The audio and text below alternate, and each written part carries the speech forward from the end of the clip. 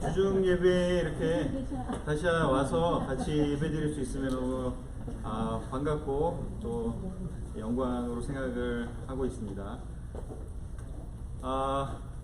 일요일하고는 또 좀 느낌이 다르네요. 성찬이라는 것과 또 말씀 나누는 건 느낌이 좀 다른데요. 먼저 제가 뭐 다 아시겠지만 이번에 이렇게 미국에 오게 된 것은 티처스 컨퍼런스가 있었기 때문에 오게 되었습니다. 그래서 티처스 컨퍼런스가 지금 기존의 그 티처들은 모임을 하고 있었는데 뭐 제이콥이나 더글라스 제이콥이나 아니면은 뭐 고든 퍼거슨이나 스티브 키나드나 이런 분들끼리는 모였었는데 이제 그 외에 이제 일반 다른 공부하고 있는 사람들을 모은 거는 이번에가 처음 1회였어요. 그래서 이제 우리 교회가 기존에는 이벤젤리스트와 그다음에 엘더들을 위주로 운영이 되고 있는데 우리가 조금 부족한 게 이제 성경을 좀 더 깊게 설명해주고 또 우리가 좀 더 넓게 또 깊게 넓게 이렇게 보는 것들을 이렇게 연구해서 그것을 나눠줄 사람들이 지금 이제 뭐 학문 쪽으로도 공부를 하고 이런 것들을 많이 프로그램을 하고 있습니다. 그래서 그 컨퍼런스에 제가 오게 돼서 갔었고요. 이게 이제 텍사스 샌안토니오에 있는 오블레이트 신학교에서 모임을 했었고요. 이렇게 앞에서 얘기를 하고 이렇게 한 100명 정도 넘는 사람들이 모여서 아시아 뭐 유럽에서도 오고 해서 지금 이제 석사 박사 공부하시는 분들도 오고 교회에서 역할을 이미 하시는 분들도 오고 해서 뭐 베이너 목사님이 일요일 날 대충 얘기를 하셨지만 좀 더 이렇게 타이트하게 아침 9시부터 저녁 9시까지 이렇게 3일의 프로그램을 진행을 했습니다. 그래서 여러 가지 이제 우리가 어떤 역할을 해야 되는지도 배웠고요. 이거는 또 다른 한 강의실에서 다른 하는 모습이었습니다. 그래서 어찌됐건 이것 때문에 왔는데 공교롭게도 또 이렇게 얼바인에 잠깐 들르면서 우리 또 코리안 메인스가 있기 때문에 들릴 수 있게 됐고 또 들른 김에 또 일을 하라고 가라고 해서 이렇게 또 어제도 시간 보내고 또 오늘도 시간 보내고 굉장히 좋은 시간을 보내게 돼서 또 이렇게 저를 아시는 분도 계시지만 또 모르시는 분들과도 교제할 수 있게 돼서 큰 영광입니다. 지금 분당교회의 원래 모습은 이렇게 좀 활발하고 또 많이 모이고 저희가 예배드리면 한 200명 정도 모이는데요. 원래의 모습이라면 이게 자매 예배 모습이긴 한데 원래 이랬다면 요즘은 이렇게 하고 있습니다. 저 혼자 지금 저기서 TV 보면서 온라인 방송으로 주중 예배 설교를 이제 분당 같은 경우는 이제 제가 주중 예배 담당이고 임효정 목사님이 일요일 예배 담당이라서 일요일은 효정 목사님이 저렇게 하고 있고 수요일은 제가 저렇게 지금 방송으로 송출하고 있습니다. 그래서 아직까지 오렌지 카운티는 그런 지경은 아닌데 지금 얘기 들어보니까 뭐 학교가 이렇게 휴강을 하는 그런 상황인 걸 보면 여기도 뭐 이렇게 종교 모임을 이렇게 사람들이 많이 모이는 모임을 하지 말라고 할지 안 할지 모르겠지만 하여튼 지금 서울은 또 대한민국은 지금 약간 이런 상황이라서 지금 하여튼 언제 끝날지 모르겠지만 역사상 유례없는 좀 어떤 특별한 시간을 보내고 있습니다. 그래서 이렇게 앞에 있는 화면을 보고 레슨하다가 사람들이 있는 곳에 레슨하니까 조금 더 좋다라는 생각이 더 들고 예전에 이렇게 꽉 차게 모여서 레슨했었는데 같이 말씀 나눴었는데 저는 또 이렇게 여기 와서 이렇게 오렌지 카운티 얼바인에 있는 형제자매들과 함께 같이 얼굴 보면서 말씀을 나눌 수 있어서 큰 기쁨인 것 같습니다. 제가 또 이렇게 모임을 제가 지금 맡고 있는 거는 결혼부 이렇게 두바이브 톡과 그다음에 이렇게 팀 미니스트리를 섬기고 있는데요. 지금 이게 저희가 1월달에 팀 캠프를 다녀온 그런 사진입니다. 분당에 등록된 인원은 가끔 안 나오는 아이들도 있기 때문에 등록된 인원은 49명이고요. 틴 아이들만 중고등학생들 있고 지금 겨울에 갔다 왔고요.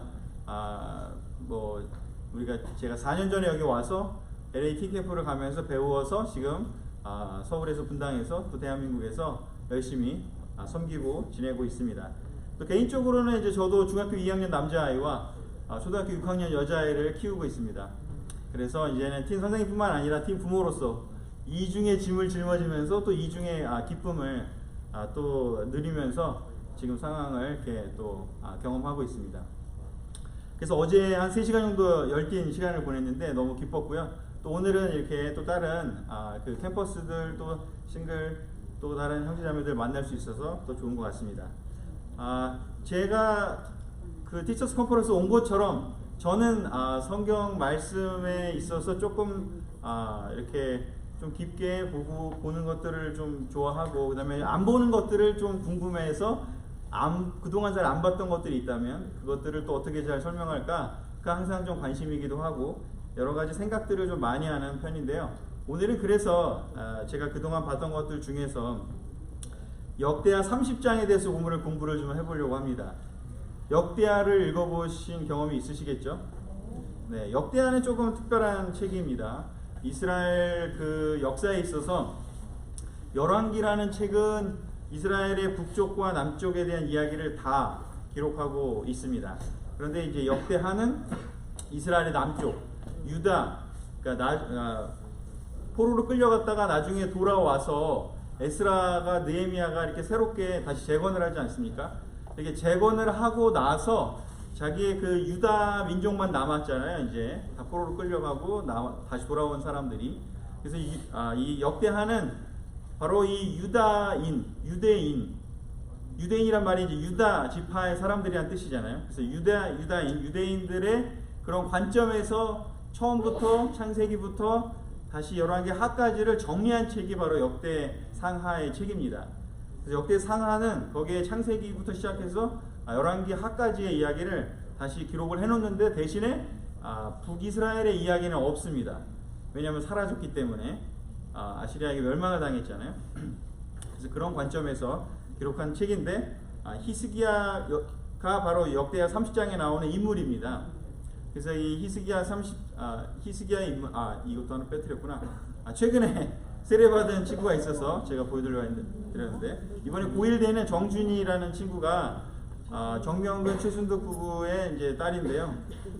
여기 오기 전에 한 3주 전에 세례를 이제 주고 세례를 받고, 요즘에 틴들 중에서도 또 이렇게 세례받고 공부하는 친구들이 있었습니다. 이 사진이 있는 거 깜빡하고 진행을 했네요. 또 좋은 일이 있었네요. 이게 미국 온 지 일주일 되니까 지금 제가 많이 까먹고 있는데, 여기 왔다 간 그 우리 김보성 형제 있죠? 우리 김보성 형제와 우리 그 김정희 자매가 스테디 커플이 되었습니다. 지난주에, 저 오기 전에, 이틀 전인가요? 3일 전인가 스테디 커플이 됐습니다. 그래서 연휴보다 일주일 정도 전에 된 거죠. 그래서 그렇게 되었습니다. 그래서 이 소식을 또 전했어야 되는데, 제가 얼바인에 지금 적응을 해가지고 지금 다 까먹고 지금 있는지도 몰랐네요. 아무튼 이 와중에도 코로나 바이러스가 아무리 창궐을 해도 우리의 기쁜 소식은 계속해서 이어진다라는 것을 다시 한번 보여드리면서 오늘 이 공부를 하려고 합니다. 히스기야가 유월절을 재건한, 다시 회복한 그 역사상에서의 첫 번째 왕이에요. 유월절이 되게 놀라운 명절이고 기념할 수 있는 날이거든요. 이스라엘 백성이 이집트에서 탈출한 것을 기념하는 시간이잖아요. 그래서 그것을 계속해서 기념했었는데, 많은 그 왕들의 시대에 솔로몬 이후에, 다윗 이후에, 다윗까지는 지냈는데 그 이후에 있는 왕들의 상당한 시간 동안에 이 유월절을 지키지 않게 되다가 히스기야 왕 때 돼서 다시 처음으로 유월절을 지키게 돼요. 그럼 그 사이에 어떤 일이 벌어지느냐, 그리고 또 히스기야의 시대에 있어서 어떤 일이 벌어지느냐를 생각해 보면 아시리아가 침공을 합니다. 아시리아가 침공을 해서 히스기야가 6년 됐을 때, 히스기야 왕이 된 지 6년 됐을 때, 그 북쪽에는 이제 호세아 왕이었고 9년 됐을 때 아시리아의 살만에셀 왕이 사마리아를 정복하고 이스라엘 사람들을 다 끌고 갑니다. 즉, 우리로 따지면 히스기야가 남한 사람이고, 그 다음에 이제 호세아가 북한 사람이라면 북한이 이제 다 멸망하고 다 끌려간 거야. 저 북쪽에 있는 어떤 나라들에 의해서, 아시리아 같은 나라에 의해서 다 이제 정복되고 끌려간 거예요. 그러면 사실은 굉장히 히스기야와 유대인 남쪽에 있는 사람들 입장에서는 되게 두렵고 떨리고 무서운 지금 상황입니다. 그래서 그런 시대에, 그런 상황에서 지금 히스기야는 남쪽에서 지금 어떻게 하면 이 위기를 극복할 것인가. 북쪽을 공격하고 나서 그 다음에 그냥 끝난 게 아니라 아시리아는 이제 남쪽까지도 눈을 돌려서 공격을 하고 지금 어려운 그러한 위기를 맞이하게 되는 시기에 바로 히스기야는 처해 있습니다. 그때 히스기야가 어떤 일을 했냐가 좀 요약적으로 나오는 게 30장, 31장, 이렇게 32장 이렇게 나오는데요. 오늘 저는 좀 다 하기는 어려우니까 30장의 이야기만 가지고 같이 한번 히스기야가 어떤 일을 했는지를 같이 보려고 합니다. 히스기야 30장 1절에 이렇게 되어 있습니다. 잘 보이시나요? 네. 짧은가? 괜찮네. 같이 한번 읽어볼까요? 히스기야 왕은 시작. 히스기야 왕은 온 이스라엘과 유다와 특별히 에브라임과 므낫세 지파 사람들에게 편지를 보내 예루살렘에 있는 여호와의 성전에 와서 이스라엘의 하나님 여호와께 유월절을 지키자고 모든 사람들을 초대하였다. 이게 좀 백그라운드인 거죠. 기본적인 상황입니다. 북이스라엘을 대표적으로 표현하는 게 이제 에브라임과 므낫세입니다.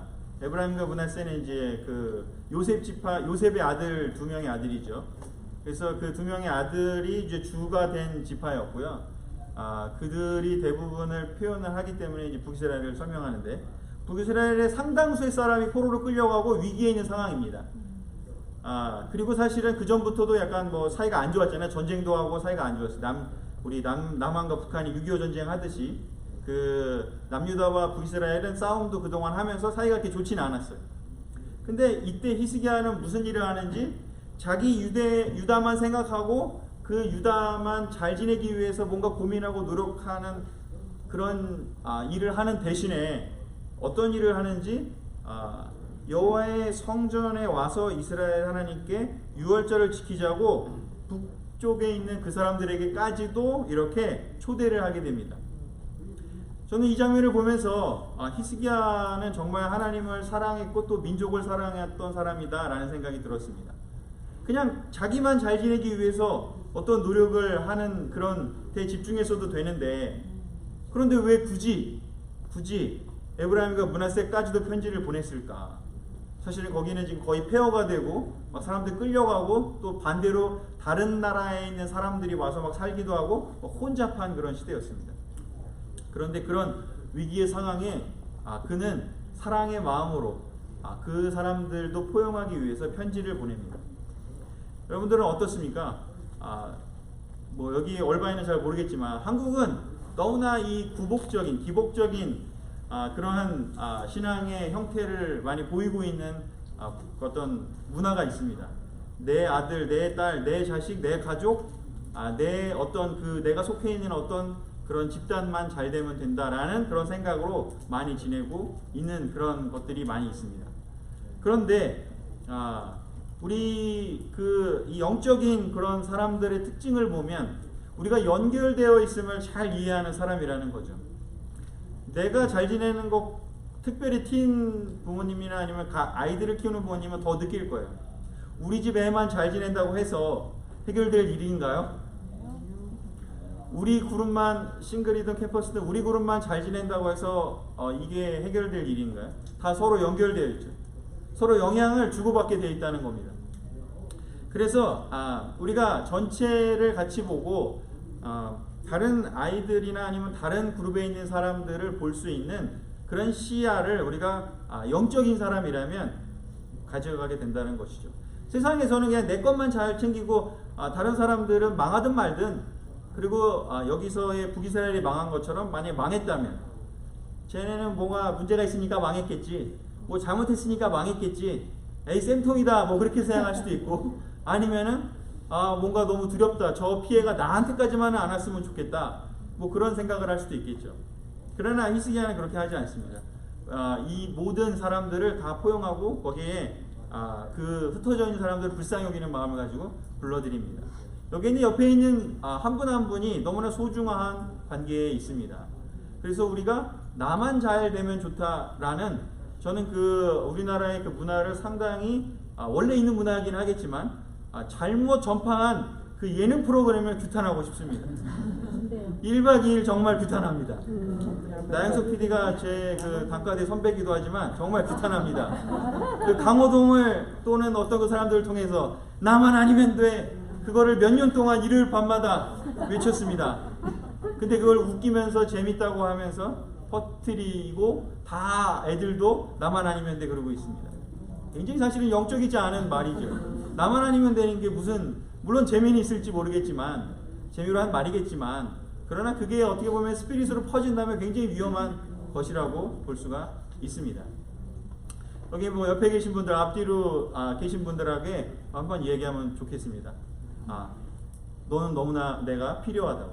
당신이 너무 필요하다고. 우리 서로 좀 앞뒤로 옆으로 우리 특별히 같이 계시지 않은 그룹에 있는 사람들에게 그런 이야기를 좀 해주면 좋겠습니다. 당신은 나에게 너무 필요하다. 나는 당신이 너무 필요하다.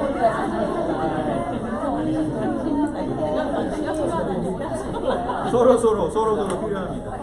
우리 연결돼 있습니다. 결혼부들에게 있어서 싱글 캠퍼스 너무 중요하죠. 그 그룹이 무너지면, 그 그룹이 약해지면, 그 그룹이 아시리아의 침략을 당하듯이 사탄에게 침략을 당한다면 머지않아 우리에게도 결혼부에게도 영향이 되는 거죠. 또 반대로 우리 싱글 캠퍼스 또 팀들에게 있어서도 우리 결혼부가 뭔가 약해지고 어려움이 온다면 그것은 남일이 아니라는 거죠. 우리는 서로 연결되어 있고 한 가족이고 한 몸이기 때문에 바로 그러한 연결되어 있는 가족이고, 히스기야는 그것을 알았기 때문에 바로 이렇게 편지를 보냅니다. 그래서 이제부터 이 백그라운드 아래서 한 세 가지 장면만, 시간 관계상 한 세 가지만 같이 좀 포인트들을 짚어보면 좋을 것 같습니다. 자, 그렇게 초대를 했습니다. 그러면 그 혼란의 시대에 이렇게 초대해주고 뭔가 같이 해주자고 이렇게 하면 다 적극적으로 반응하고 기뻐해야 될 것 같죠. 근데 신기한 건 그렇지 않았다는 겁니다. 우리 역대하 30장 10절에서 11절, 우리 그 학기가 퀴트해서 기쁜 건지는 모르겠지만 우리 무승이가 한번 읽어줄까요? 얼바인에도 이 시간을 많이 보낼 수 있게 기쁘다고 했으니까 기쁜 마음으로. 네, 기쁜 마음으로 하겠습니다. 사자들이 에브라임과 므낫세 지파의 전 지역을 돌아다니고 또 스불론까지 갔으나 사람들은 그것을 비웃고 조롱하였다. 그러나 아셀과 므낫세와 아블론 지파 중에서 일부 사람들은 겸손한 마음으로 예루살렘에 왔다. 뭐예요? 네, 감사합니다. 이렇게 히스기야가 기쁜 마음으로 사람들을 초대했어요. 그리고 우리가 연결되어 있다. 우리 함께하자. 너네가 힘든 사람들도 와라. 사실 이 신학적으로 봤을 때는 이게 굉장히 중요해요. 왜냐하면 신학적으로 봤을 때는 그 모세의 그런 스토리들, 모세의 전통은 북이스라엘 쪽에 보존되어 있다라고 그 학자들은 연구 결과로 얘기를 합니다. 자세한 얘기까지는 하기 어렵지만. 그리고 남유다에 계승된 건 다윗의 전통, 다윗의 스토리들이 거기에 많이 전수가 되었다고 해요. 그래서 사실 히스기야처럼 이렇게 북쪽에 있는 그 당시에 이런 아시리아의 이런 그 공격 때문에 북이스라엘에 있는 이런 모세의 또 엘리야와 그리고 엘리사의 이야기를 갖고 있는 그러한 북쪽의 전승이 남쪽으로 이렇게 내려올 때 남쪽에 만약에 안 받아줬으면 그러면 그것은 끊어졌고 성경에 아마 안 나와 있을 거예요. 모세에 관련된 이야기, 많은 이야기들이 성경에 빠질 수밖에 없을 거예요. 그런데 히스기야나 이런 남쪽에 있는 사람들이 그 유민들을 받아줬어요. 많이. 그래서 받아줬기 때문에 그게 나중에 합쳐져서 성경이 이렇게 구약 성경이 완성될 수 있었던 것으로 신학적으로는 이야기를 할 수 있는데, 어찌됐건 근데 이렇게 반응을 했을 때 참 재밌는 건 어떤 사람들은 스불론은 거의 끝쪽이거든요. 뭐 시누주나 아니면은 저 북한의 그 끝에 있는 그 지역이 스불론이에요, 말하자면. 그래서 거기까지 갖고 완전 진짜 그냥 어떤 한 평양만 가서 전한 게 아니라 스불론 그 끝까지 가서 모든 사람들을 다 최대한 끌어모으려고 히스기야가 노력을 한 겁니다. 그랬는데 뭐라고 얘기하냐면 사람들은 그들을 비웃고 조롱했대요. 왜 비웃고 조롱했을까요? 이렇게 초대했을 때 왜 비웃고 조롱했을까요? 네? 제가 온라인으로 볼 때 대답 잘 하시는 것 같아요. 제가 자주 보거든요. 재영 설교도 배우고 하려고. 재영한테 하시는 건 아니죠? 왜 그랬을까? 한번 생각해 보세요. 조금 어려울 수 있어요. 시간을 좀 드릴게요. 왜 비웃고 조롱하는 사람들이 있었을까? 네. 그 멀리 갔잖아요. 네. 그럼 다시 이제 아마 이제 예배를 드리기 위해서 또 다시 같이 가야 되잖아요. 그 긴 먼 거리. 그렇죠. 그래서 왜 여기까지 왔으면 우리가 거기까지 갈 거라고 생각을 하니 이러면서 웃었을 것 같아요. 그럴 수도 있을 것 같아요. 맞아요. 내가 거기까지 가갖고 뭐 효과가 있을지 없을지도 모르는 일에 정말 이펙티브 할지 안 할지도 모르는 일에 거기까지 내가 갔다 꼭 와야 될까? 뭐 그냥 너네 알아서 해. 그럴 수도 있는 거죠. 또 뭐가 있을까요? 북쪽이 아까 모세라고 했잖아요. 네. 자기네가 정통이라고 생각했을 것 같아요. 네. 그때보다. 그럴 수도 있습니다. 네. 우리는 우리가 알아서 할 거야. 우리가 더 우월한 영적인 그런 전통을 가지고 있는 곳이기 때문에 걱정 안 해도 돼. 뭐 이렇게 얘기할 수 있고요. 또 다른 분, 예. 내가 왜 힘든 걸 알아?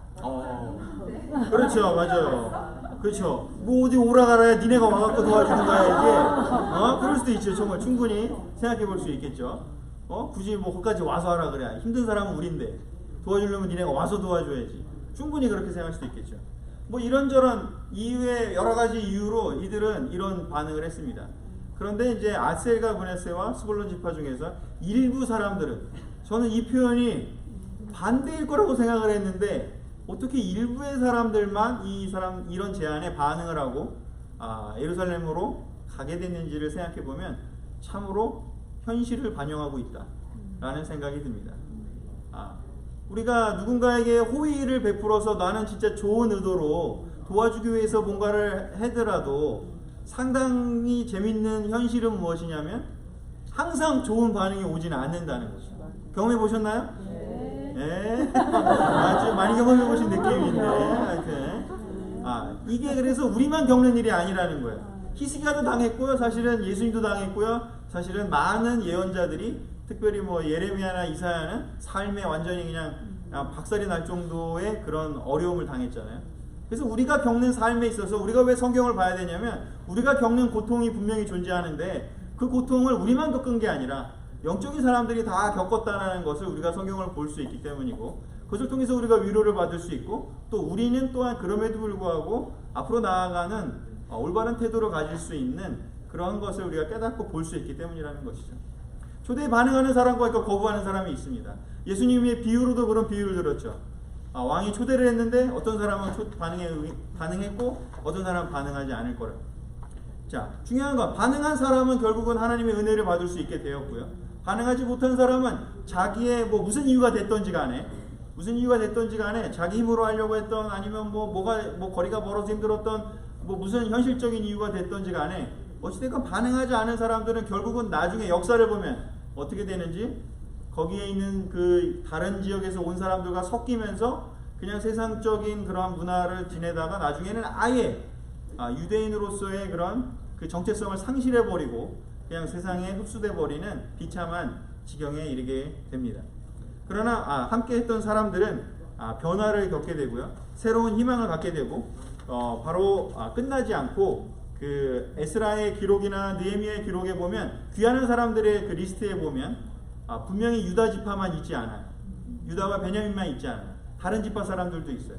그럼 이들은 누구인가? 바로 이때 초대받고 거기에 반응한 사람들이 나중에 물론 바빌로니아한테 포로가 돼서 끌려가긴 하지만, 그러나 끊임없이 그 대를 이어갈 수 있는 그 이름을 남길 수 있게 됐고, 지금도 유대인들 사회에는 대부분은 물론 유다와 베냐민 지파지만 여전히 다른 지파들이 지금까지도 명맥을 유지할 수 있게 됩니다.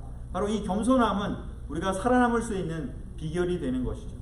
그러나 우리가 어떤 사람이 영적으로 도와주려고 할 때 그것을 올바르게 반응하지 않는다면, 그 이유가 무엇이 됐던, 하나님이 어떤 사람들을 통해서 우리에게 다가오려고 할 때 우리가 반응하지 않는다면 그 길에 대해서는 우리 스스로 책임져야 된다는 것이죠.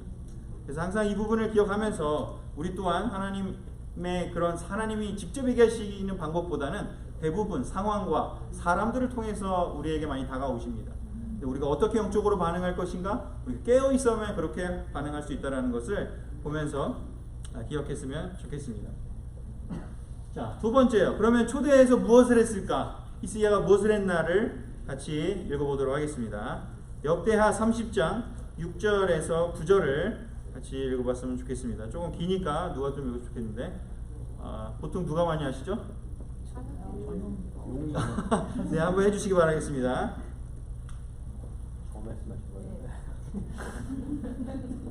이스라엘 백성 여러분, 여러분은 아브라함과 이삭과 야곱의 하나님 여호와께 돌아오십시오. 그러면 그분은 아시리아 왕의 손에서 벗어나 살아남은 우리에게 돌아오실 것입니다. 만일 여러분이 여호와께 돌아오면 여러분의 형제들과 자녀들이 그들을 포로로 잡아간 사람들의 관대한 처분을 받아 이 땅으로 다시 돌아오게 될 것입니다. 여러분이 하나님 여호와는 은혜롭고 자비로우신 분이심으로 여러분이 돌아오기만 하면 여러분을 외면하지 않으실 것입니다. 아멘. 히스기야는 그들에게 편지를 보낼 때 그 내용이 바로 이런 내용이라고 되어 있습니다. 아브라함과 이삭과 야곱의 하나님께 돌아오라고 이야기를 하면서 우리가 함께 모이자고 제안을 합니다. 이 내용들을 쭉 보면 바로 핵심적인 단어는 무엇이냐면 하나님의 언약 백성임을 기억하자라고 이야기를 하면서 우리가 우리의 그 시작, 하나님이 아브라함에게 한 언약, 이삭에게 한 언약, 야곱에게 한 언약, 바로 그 언약 때문에 하나님이 우리를 돌보시고 우리를 축복할 수 있는 그것임을, 그 근원임을 기억할 수 있게 하자라고 이야기를 하면서 초대하게 됩니다. 바로 우리의 희망은 무엇이냐면 우리의 성취나 우리의 능력이나 우리가 얼마나 뭘 잘했는지에 근거하지 않습니다. 하나님이 우리 아버지이시고 또 하나님이 우리의 영적인 선배들에게 이야기하신 그 언약에 대해서, 그 언약 백성임을 기억하는 것에서 우리의 희망이 시작이 됩니다. 바로 언약은 하나님의 사랑에 기반한 것입니다. 하나님의 자비와 은혜의 시작입니다. 거기서 시작됩니다. 항상 그렇습니다. 우리가 우리의 힘으로 아니면 어떤 그 능력으로 시작하려고 한다면 분명히 어느 한계점에 반드시 도달하게 됩니다. 그러나 무한한 능력이 있고 무궁한 가능성이 있는 것은 바로 하나님의 언약에서 시작할 때 가능하게 됩니다. 건물의 기초를 지을 때 어떠한 그 기초를 짓느냐에 따라서 위에 높이까지 올라갈 수 있는 건 정해지지 않습니까? 빨리 하는 건 별 중요하지 않아요. 그죠? 아무리 빨리 하더라도 기초가 튼튼하지 않으면 그 튼튼하지 않은 수준에서 올라갈 수 있는 만큼을 짓게 될 거예요. 그렇기 때문에 우리의 믿음의 각 사람의 기초가 어디에 있는지를 기억하는 것이 너무 중요합니다. 북이스라엘이 왜 멸망했는지 열왕기 하 17장에 나오는데 제가 그걸 지금 읽지는 않을 건데 나중에 한번 여러분들이 한번 읽어보십시오. 열왕기 17장에 보면은 이들이 왜 멸망했는지를 설명합니다. 바로 이들이 왜 멸망했는지 하나님께서 주신 하나님을 섬기는 그 율법을 지키지 않고 거기에 있는 이방 민족들의 것들을 따랐기 때문이에요. 근데 그게 단지 그냥 종교적인 이유가 아니라 거기에는 무엇이냐면 바알 신은 비를 내리고 풍요의 신이었어요. 결국은 하나님은 그냥 하나님이고 실제로 나의 농사를 잘 짓게 해주는 신은 바알이라고 생각한 거예요. 농사를 잘 짓고 싶으면 바알에게 기도하고, 그리고 또 뭔가 태양이 필요하면 태양신에게 절을 하고, 또 뭔가 다른 어떤 것들이 필요하면 또 몰렉신에게 절하고, 또 그렉신에게 절하고, 뭐 이러면서 자기가 뭔가 삶에서 필요한 것들이 생길 때마다 그 필요한 것들의 신들을 찾아간 거예요. 결국은 신을 뭐 때문에 찾았냐면 나의 필요 때문에, 나의 성공 때문에 찾아다닌 것이지, 정말 하나님이 이야기하신 내가 변하고 내가 어디서 왔고 내가 어디로 갈 것이고 또 하나님이 어떤 분인지를 정말 아는 그 인격적인 관계에서 오는 신앙을, 그 믿음을 잃어버렸다는 것이죠. 그래서 이 북이스라엘이 하나님을 섬기지 않은 게 아닙니다. 하나님도 섬기고 다른 것들도 섬겼기 때문에 멸망시켰다고 열왕기 하에는 기록을 합니다. 우리가 착각하면 안 돼요. 우리가 뭐 망하는 사람들은 하나님을 아예 떠난 사람들이라고 생각하기 쉽지만 사실상 성경에 있는 많은 기록들을 보면 그런 사람, 아예 하나님을 떠난 사람들은 아예 성경에 이야기도 하지 않습니다. 그러나 우리가 크리스찬으로 사는 사람들에게 있어서 위험한 것은 뭐냐면 우리가 이렇게 우리가 이렇게 여러 가지를, 그거를 이제 좀 세속적인 얘기로 양다리, 쓰리다리 뭐 이렇게 그렇게 걸치고 살게 되면 그때 이제 위험해지고 하나님께서 그런 경우에 그들의 삶을 불쌍히 여기시지만 결국 그들 스스로의 삶을 망가뜨릴 수밖에 없다라는 거죠. 바로 그런 것 때문에 히스기야는 백성들에게 편지를 보낼 때 뭘 얘기했는지, 우리의 시작부터 다시 하자. 우리가 어디 시작했는지 바로 언약이라고, 하나님의 언약 백성임을 기억하자고요. 언약이 바로 어떤 차이가 있는지를 설명을 좀 하고 싶습니다. 언약이라는 말은 영어로 covenant입니다. 계약이라는 말은 contract고요. 우리가 보통 세상에서 많이 쓰는 것들은 계약이라는 단어를 많이 씁니다.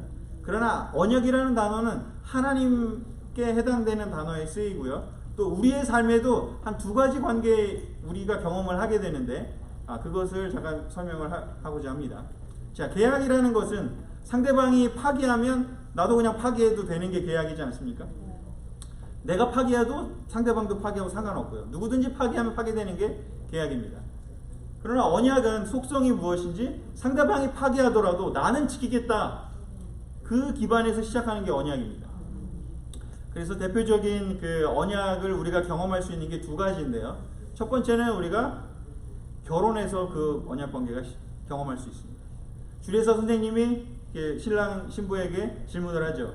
신랑은 그 레퍼토리 있죠. 비가 오나 눈이 오나 또 뭐 있죠? 검은 머리 탑 검은 머리가 화뿔이 되거나 뭐 건강하거나 안 건강하거나 뭐 부유하거나 안 부유하거나 너무 그 어떤 상황이 되든지 간에 배우자를 사랑했습니까? 라고 물어보죠. 거기에 어떤 조건이 있나요? 배우자가 나에게 밥을 잘해주면 사랑하겠습니다. 배우자가 나에게 너무나 항상 웃어주고 항상 해피하게 해주면 사랑했습니다. 그렇게 하겠습니까? 이렇게 물어보는. 그렇게 하지 않죠. 거기에 있는 거는 상대방에 대한 이야기는 아무것도 없어요. 오직 너가 어떻게 하겠느냐. 너가 언약적인, 그래서 그거를 그 옛날에 무슨 가수가 그 뭐 사랑의 언약식이었나요? 슬픈 언약식이었나? 뭐 그런 노래가 있는 것처럼 그 언약의 개념이 그런 거예요. 그래서 우리가 그 하나님의 그것을 서약을 하고 거기에 들어가고 그 시작을 하기 때문에 그래서 결혼 생활이 힘든 거예요. 하나님이 하실 수 있는 걸 우리가 해야 되니까 힘든 거예요. 그렇지 않겠습니까? 우리는 약하고 우리는 문제가 많은데 우리가 그 언약적인 행위를 하는 게 바로 결혼식장에서 그 선언에 시작되기 때문에 부부관계 시작이 그러니까요. 그래서 정말 성경적인 언약에 대해서 여러분이 이해한다면 결혼부라면 제가 권면해드리고 싶은 것은 여러분의 언약을 기억하십시오. 상대방과 상관이 없는 겁니다. 이거 만약에 내가 그 상대방이 그럴 줄을 내가 몰라서 말이에요, 내가 그런 거예요, 이렇게 만약에 한다면 그건 계약적인 사고방식이 아직 여러분이 남아있는 겁니다. 어쩌면 결혼할 때는 계약적으로 했을지도 몰라요. 하지만 성경을 배운다면 우리가 언약의 태도를 우리가 가져야 한다는 것을 기억하기를 권해드리고 싶고, 결혼을 아직 안 하시는 분들이 계신다면 제가 권해드리고 싶은 것은 여러분 언약적인 그 준비를 먼저 하는 게 중요하다. 나에게 맞는 자매가 누굴까? 나에게 맞는 형제가 누굴까? 그거를 생각하기 전에 그 이 세상에 어딘가에 숨어있을 그 백마탄 왕자를 기다리기 전에 그 어떤 그 누군가가 정말 핏한 누군가가 나타나는 게 중요한 게 아니라 정말 먼저는 내가 누가 되더라도 내가 정말 그 한 사람을 사랑할 수 있는 그 준비를 내가 하겠다라는 걸 먼저 해야 된다는 것이죠. 그걸 먼저 준비한 상태에서 하나님께 구하고 뭐 어떤 하나님이 준비하신 때가 되면 만날 수 있게 될 것이죠.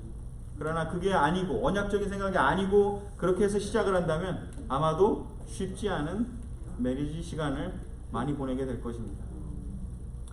또 한 가지가 있습니다. 우리가 언약적인 그 관계가 부모와 자식 간의 관계입니다. 부모는 자식에게 언약적 관계에 있습니다. 자녀는 부모에게 언약적 관계가 아닙니다. 그걸 이해해야 돼요. 우리가 그걸 요구하고 싶지만 아닙니다. 자녀는. 걔네들이 태어나고 싶어서 태어났습니까? 애들 입장에서는 그런 거죠. 내가 태어나고 싶어서 태어났냐고. 나를 태어나게 해놓고 이렇게 생각할 수 있는 거죠. 그 말이 듣기 싫은 말이긴 하지만 틀린 말은 아닌 거죠. 부모는 자녀에게 언약적이에요. 애가 나를 배신하던 아니던 내 말을 듣든 않던 나는 그 아이에 대해서 언약적인 관계에 있습니다. 하나님이 우리에게 하듯이. 그래서 우리가 그래서 힘들어요. 자녀 양육이. 아까 얘기했죠. 우리가 계약적인 관계가 우리가 그냥 보통 할 수 있는 수준인데 하나님의 하시는 일을 우리가 닮은 그 두 가지의 모습이 있기 때문에 힘든 거죠. 그래서 여러분이 힘들더라도 이게 내가 지금 영적인 하나님의 일을 지금 내가 조금 경험하고 있는구나 생각하시면서 기쁜 마음과 감사한 마음으로 그 경험을 소중하게 여기시기를 권하고 싶습니다. 바로 히스기야는 백성들에게 절망하고 힘들고 상처받고 막 공격당하고 전쟁의 포로 끌려가는 그 아픔, 뭐 가족 중에 아니면 친척 중에 끌려간 누군가가 있는 그 상황에서, 지금 힘든 그 상황에서 우리의 시작을 기억하자고. 우리가 어떻든지 간에 하나님은 우리의 언약을 지키신다고. 하나님이 어떻게 언약을 지켜주는지를 아마도 성경에 자세하게 나오지는 않지만 좀 정리를 해보면 아담 때부터요. 아담이 실수했죠. 아담이 죄를 졌지 않습니까? 근데 하나님은 언약적인 하나님이기 때문에 아담에게 오히려 가죽옷을 입혀주시고, 그리고 예수님을 계획하면서 아담의 그 문제를 해결하기 위해서 벌써 준비를 시작하십니다. 그리고 또한 아브라함에게 또 나타나셔갖고 아브라함에게 하나님의 언약을 이야기를 합니다. 내가 너를 통해서 모든 민족이 축복하겠다고요. 그리고 아브라함의 후손들을 통해서 이집트를 탈출시키고 유월절을 지키도록 하시고요. 또 모세를 통해서요. 언약적인 하나님이기 때문에 십계명을 주십니다. 포로로 400년을 살았던 백성들이에요. 포로로 사는 것은, 노예로 사는 것은 어떤 것일까요? 그냥 시키는 거 하는 삶이에요. 시키는 것만 하다가 이제 딱 나와갖고 가나안 땅을 들어가야 되는데 이제 어떻게 살지를 새로 알아야 되기 때문에 바로 계명을 준 거예요. 계명을 줬다는 건 뭐냐면 계명을 이해하고 그 계명을 자기 스스로 생각하고 그 계명을 기준으로 자기가 주체적인 삶을 살라는 뜻이거든요. 근데 그게 힘든 거예요. 그렇지 않아요? 왜냐? 시키는 것만 하는 게 익숙한 삶을 살다가 갑자기 계명을 주고 그걸 내가 생각하고 내가 알아서 하라니 얼마나 힘들겠어요. 그러니까는 거기에서 나 다시 돌아갈래. 차라리 거기 가면은 뭐 그 사람이 그 감독하시는 분이 나한테 일을 주고 나는 거기서 뭐 고기도 먹고 뭐 그렇게 편하게 살았는데 노예 근성의 삶이 편했는데 이제 내가 생각하고 내가 생각해갖고 내가 할 거 안 할 거를 생각해서 십계명을 가지고 삶을 자율적으로 주체적으로 살아가라고 하니 그게 힘들었던 거죠. 하지만 하나님은 궁극적으로 노예가 아니라 시키는 거라는 삶이 아니라 바로 스스로 하나님의 법을 알려주고 그 하나님의 법대로 자기가 스스로 그것을 이해하고 살기를 원했기 때문에 계명을 줍니다. 이것 또한 언약적 하나님이 하신 일이라는 거죠. 그리고서는 또 한참을 시간을 흐르는데 결국에는 아시리아에게 멸망하고 바빌론에게 멸망하고 힘든 시간을 보냅니다. 그때 하나님은 어떻게 하시는지 언약적인 하나님이기 때문에 계속 갱신하십니다. 갱신하십니다. 사람들이 깨트리잖아. 하나님은 갱신하세요. 계약은 깨트리면 그만인데 언약은 상대방이 깨트리면 나는 갱신해요. 계속. 내 약속은 지키기 때문에.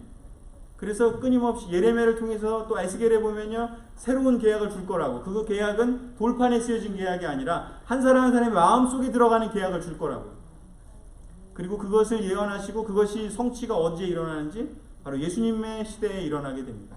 바로 예수님의 오셔서 그것을 가르쳐 주시고 구약을 완성하시고 그리고 그 한 사람 한 사람에게 성령이 들어가는 그 예레미야와 또 에스겔이 예언했던 일들이 바로 오순절 성령 강림할 그 시간을 통해서 실제로 역사상 벌어지게 됩니다.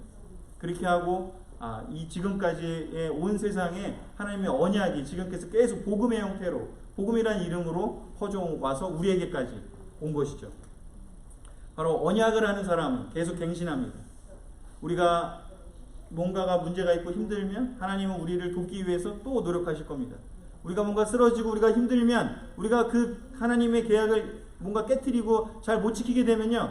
하나님이 야 이 녀석아 너 왜 그것도 못해 하면서 야단치는 분이 아닙니다. 그렇구나. 네가 그걸 할 수 없구나. 그럼 내가 다시 알려줄게. 이걸 한번 해봐. 다시 한번 알려줄게. 이걸 한번 해봐. 끊임없이 포기하지 않고 우리에게 계속해서 다가오셔서 우리에게 그 약속을 자신이 하신 약속을 내가 너를 영원히 끝날까지 지키겠다고 약속하신 그 약속을 끊임없이 우리에게 실행해 주시고 이루어 주실 것입니다. 그 약속에서 그렇기 때문에 우리가 희망이 있는 겁니다. 하나님의 언약에 여기 있는 한 사람 한 사람에게 끊임없이 갱신되기 때문에 바로 우리에게 희망이 있는 것이지 우리가 얼마나 잘하고 있고 우리가 어떤 것들을 이루었는지는 하나님에게 별로 중요하지 않습니다. 설사 우리가 잘했더라도 여전히 하나님과의 언약 관계 안에 있는 것이고요. 우리가 조금 못했더라도 하나님은 다시 오셔서 우리를 또 새로운 길로 인도하실 거라는 거죠. 그것을 믿으십니까?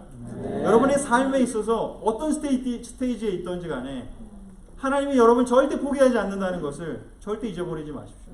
성경의 그 스토리들은 다른 게 아닙니다. 내가 너를 절대 포기하지 않는다. 내가 너를 천국에 데려가는 그 날까지 나는 절대 너희들을 포기하지 않는다.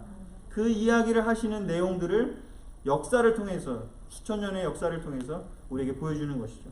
그것을 기억했으면 좋겠습니다.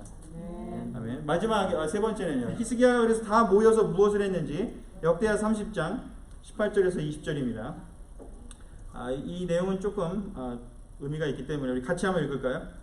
그리고 시작. 그리고 에브라임과 므낫세와 이사갈과 스불론 지파에서 온 많은 사람들이 자신을 정결하게 하지 않은 채 기록된 규정을 어기고 유월절을 양식먹다. 그래서 히스기야 왕은 그들을 위해 이렇게 기도하였다. 선하신 여호와여, 비록 성소의 규정대로 자신을 깨끗하게 하지 못하였을지라도 우리 조상의 하나님을 진심으로 찾는 자는 누구든지 용서해 주소서. 그래서 여호와께서는 히스기야의 기도를 들으시고 그들을 벌하지 않으셨다. 아멘. 너무나 오랫동안 몇백 년 동안 안 지키던 유월절을 지키려니까 규정을 잊어버리고 또 잘 못 준수한 것들이 생겼습니다. 그랬을 때 그것을 깨닫게 됐습니다. 히스기야. 원래 규정이 있었잖아요. 근데 생각해보면 안 하다 보면 까먹잖아요. 그래서 우리가 이렇게 주기적으로 예배를 드리고 주기적으로 패밀리 타임을 하고 주기적으로 어떤 자기의 마음을 이야기하고 드러내고 하는 것들이 매우 중요해요. 안 그러면 이거 잊어버리기 십상이기 때문이죠. 근데 그렇게 문제가 있는 사람들이 나타났습니다. 그때 히스기야가 어떻게 너네가 그럴 수 있냐라고 하면서 막 야단치고 막 그럼 너네는 할 수 없어 이렇게 해서 배척한 게 아니라 하나님께 간구를 드립니다. 하나님 이들이 잘 몰라서 그러니 용서해 달라고. 이들이 잘 모르기 때문에 잘 용서해. 진심으로 찾는 그 마음만을 보시고 용서를 해달라. 우리가 그 규칙을 조금 어겼더라도 용서해 달라고 중보 기도를 합니다.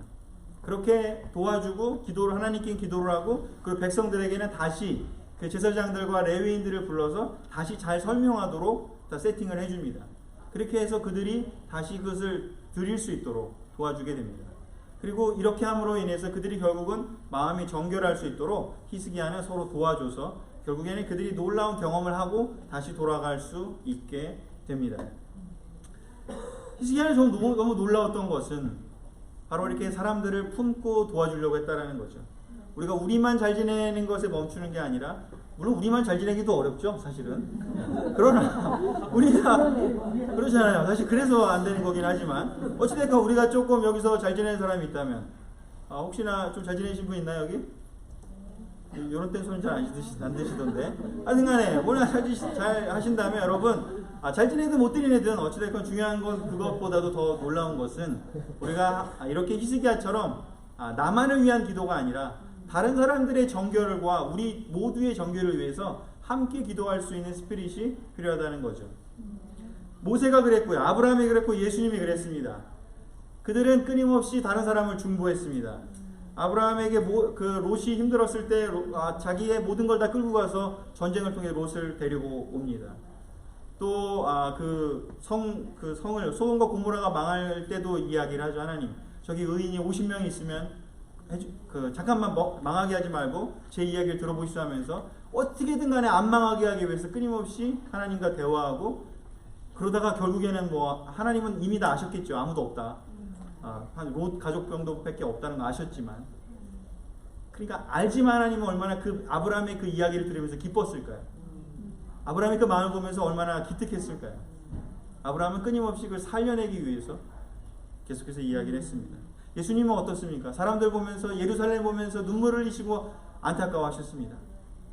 정말 예루살렘아 너무 안타깝다고. 너가 하나님이 보낸 사자가 왔을 때 듣기를 나는 너무 원했는데 안타까워 눈물을 흘리셨습니다. 요즘 여러분은 어떻습니까? 내 문제에 내 삶에 포커스 하다가 그냥 정말 다른 사람들을 위해 눈물을 흘린 적이 언제이십니까? 다른 사람들을 위해서 정말 간절히 기도한 적이 언제이십니까? 하나님이 다 알고 계시고 다 돌볼 거를 믿는다면 내 문제가 그렇게 크게 보이지 않을 겁니다. 왜 내 문제 속에 빠지느냐? 하나님이 작기 때문인 거죠. 왜 다른 사람을 위해 기도할 수 없을까요? 하나님이 작기 때문인 거죠. 하나님이 어떤 분인지를 안다면, 언약의 하나님이라는 걸 안다면, 창조주이신 하나님을 안다면, 능력이 크신 분인 하나님이라는 걸 안다면 우리는 다른 사람들을 위해 기도할 수 있는 진정한 여유를 갖게 될 겁니다. 바로 우리가 마음을 정결할 수 있도록 서로 도와주고 기도할 수 있는 그런 공동체가 우리 또한 얼바인 공동체가 되었으면 좋겠습니다. 이런 놀라운 시간을 보내고 났을 때 마지막 성경 구절인데요. 끝나고 어떤 일이 벌어지는지 31장 1절입니다. 제가 읽겠습니다. 유월절 축제가 끝나자 예루살렘에 모였던 모든 사람들은 유다 여러 성으로 가서 돌기둥의 우상을 깨뜨리고 아세라 여신상을 찍어버렸다. 그들은 또 유다와 베냐민과 아브라함과 므낫세 전 지역에 있는 산당과 제단을 벌었다. 그런 다음에 유월절을 지키려고 그쪽에서 온 이스라엘 사람들은 모두 고향으로 돌아갔다. 돌아가서 또 이들도 그렇게 하는 이야기가 또 뒤쪽에 나옵니다. 이들이 히스기야를 통해서 하나님을 배웠습니다. 그들이 절망하고 좌절스러울 때 히스기야의 초대로 거기 가서 히스기야가 그렇게 환대해주고 돌봐주고 언약을 기억하게 가르쳐주고 그리고 또한 그들을 위해 기도하는 이야기를 들었을 때 그들이 얼마나 자비와 은혜를 느꼈고 사랑을 느꼈겠습니까? 그렇게 자비와 은혜와 사랑과 하나님을 볼 수 있었을 때 그들은 비로소 자기의 삶을 바꿀 수 있는 시작을 하게 되는 것이죠. 실질적으로 자기가 그동안 하나님이 아닌 다른 것들을 의지하고 살았던 것들을 포기하고 끊어버리기 시작을 합니다. 내가 중독의 상태에 있던 어떤 것들을 끊어내기 시작합니다. 관계의 중독이든 뭐 아니면 약물이 중독이 됐든 아니면 게임이 중독이 됐든 어떤 포르노가 중독이 됐든 어떤 중독이 됐든 그 삶을 깨트릴 수 있는 것은 하나님의 언약을 바라보고 하나님의 사랑을 바라보고 형제자매들의 사랑과 자비와 하나님의 사랑을 경험한 그 실제로 실천할 수 있는 그 사람들의 그런 따뜻한 공동체 속에 우리가 경험할 때 그 메시지를 들을 때 그때 사람들이 변하게 된 것이죠.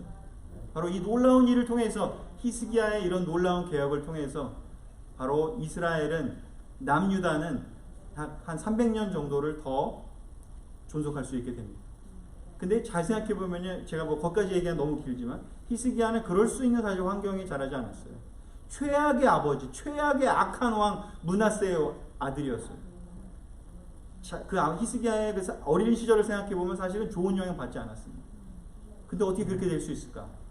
그것은 제가 여기 얘기할 수 없기 때문에 여러분들이 연구를 더 해보시고 한번 성경을 묵상해 보시면서 한번 생각해 보십시오. 그래서 뭐 좋은 유산이 있고 좋은 환경이 있으면 잘 지낸다? 그렇지 않습니다.